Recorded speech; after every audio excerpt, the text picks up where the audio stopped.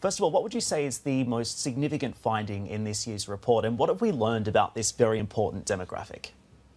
I think, Dan, the Middle East region is known for many things, including conflicts. But what it's probably less known about is its very, very young demographic. 65% below the age of 30. That's 200 million Arab youth.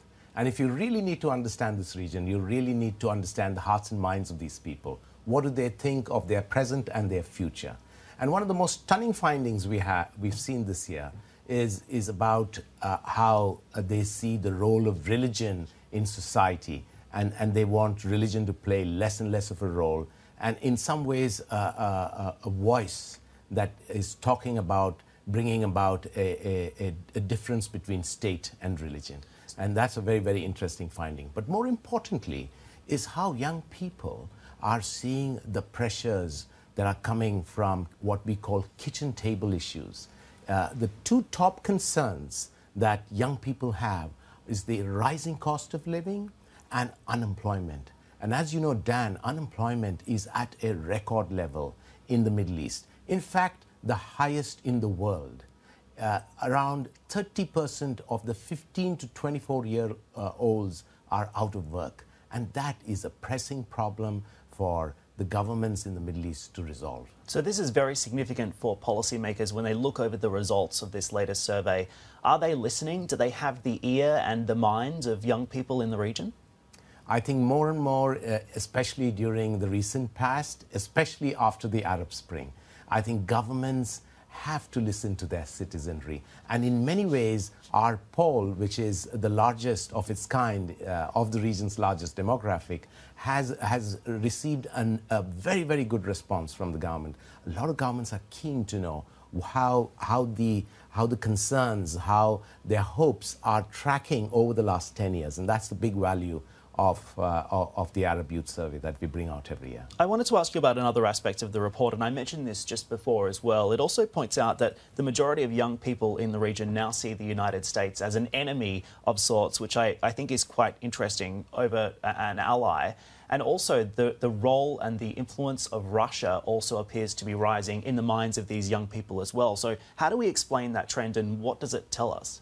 It is actually not a new trend, especially during the last few years, especially after the Syrian conflict rose its head, and Russia played a very, very significant role in Syrian conflict.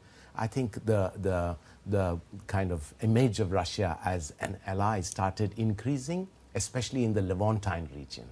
The United States is understandably less seen as an ally, since they have retreated from the region in many ways. After the Obama presidency, the Trump presidency has taken a number of steps that have kind of created some kind of turmoil in the minds of young people, especially the ban on Muslims entering the United States, the move to take the United States Embassy into Jerusalem, and the recent decision on Golan Heights has changed how people see the United States as an enemy. But more importantly, when we ask them, who are your biggest allies, they have chosen the United Arab Emirates and Saudi Arabia as their allies. So when you see the whole foreign relations aspect, the diplomacy aspect is changing, with young Arabs looking at their own leaders, and the mantle of leadership has now fallen on to Abu Dhabi and Riyadh, rather than the traditional Cairo, Damascus, or Baghdad, which are today not very relevant in foreign diplomacy. Wow, it's really interesting, isn't it, Sunil? The other thing I wanted to ask you is some of the policy action points or priorities that policymakers now need to progress in order to action some of these issues for young people in the region. What would you say is the ultimate priority now for policymakers moving forward? Just one single priority they need to focus on, Dan, is creating jobs. There needs to be at least 100 million jobs that has to be created in the Middle East. And every year, 2.8 million young Arabs come into the job market. If the governments do not tackle this problem, we're going to have a bigger problem than what we saw before.